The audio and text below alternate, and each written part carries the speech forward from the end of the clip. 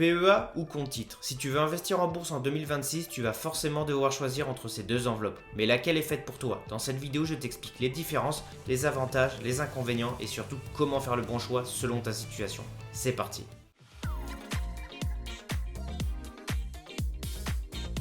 Le compte titre ordinaire te permet d'investir sans limitation géographique dans tout type d'actifs, actions françaises, américaines, ETF, obligations, matières premières, etc.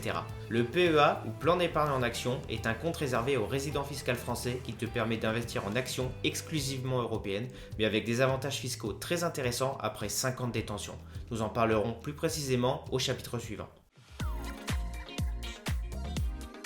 Le compte titre te permet d'investir dans une multitude de choses. Actions américaines comme Apple, Google, Facebook, etc. Dans des actions asiatiques. Bref, tout ça pour te dire que tu peux investir dans des actions du monde entier. Tu peux aussi investir dans des ETF, dans des obligations, dans les matières premières et il n'y a pas de limite de versement. Avec certains courtiers comme par exemple Trade Republic où je suis personnellement, tu peux même acheter des fractions d'actions, ce qui te permet de commencer à investir même avec un petit capital.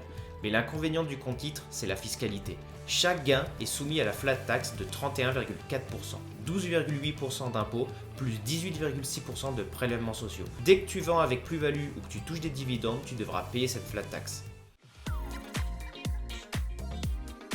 Le gros point fort du PEA, c'est sa fiscalité avantageuse. Si tu gardes ton PEA au moins 5 ans, les gains, que ce soit les plus-values ou les dividendes, sont exonérés d'impôts. Tu ne paieras que les prélèvements sociaux qui sont de 18,6%.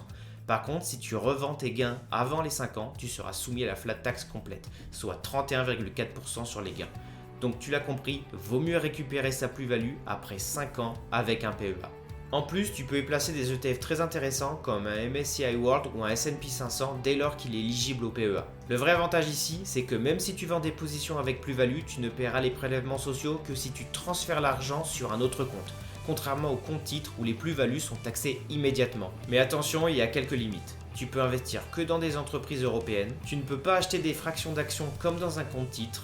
Le plafond des versements est de 150 000 € maximum et si tu veux investir dans un ETF non européen comme le S&P 500, il sera à réplication synthétique et non physique. Ça veut dire que l'ETF ne possède pas réellement les actions de l'indice mais utilise un contrat avec une banque pour te garantir la performance. Si tu es résident français, tu dois absolument ouvrir un PEA car il est fiscalement avantageux après 5 ans de détention et tu peux commencer à investir dans des ETF éligibles. Et si tu veux investir dans des actions hors européennes, ajoute un compte titre en complément pour la flexibilité. L'idéal, c'est souvent d'avoir les deux et d'adapter selon ta stratégie d'investissement. Tu l'as compris, il n'y a pas de meilleur choix universel. Le bon choix, c'est celui qui correspond à tes objectifs, ton horizon de placement et surtout dans quoi tu veux investir. Et surtout, n'oublie jamais, investir sur le long terme est souvent la clé pour faire fructifier ton argent et traverser les hauts et les bas du marché. Ah oui, et au fait, j'ai fait un PDF récapitulatif de la vidéo entre le PEA et le compte titre ordinaire. Si tu veux le télécharger, il est gratuit, le lien est dans la description. Si tu veux que je te montre en détail comment ouvrir un PEA ou un compte titre ou comment je répartis mon portefeuille entre les deux, dis-le moi en commentaire. Et surtout, n'oublie pas de t'abonner pour la suite et je te dis à très vite. Salut!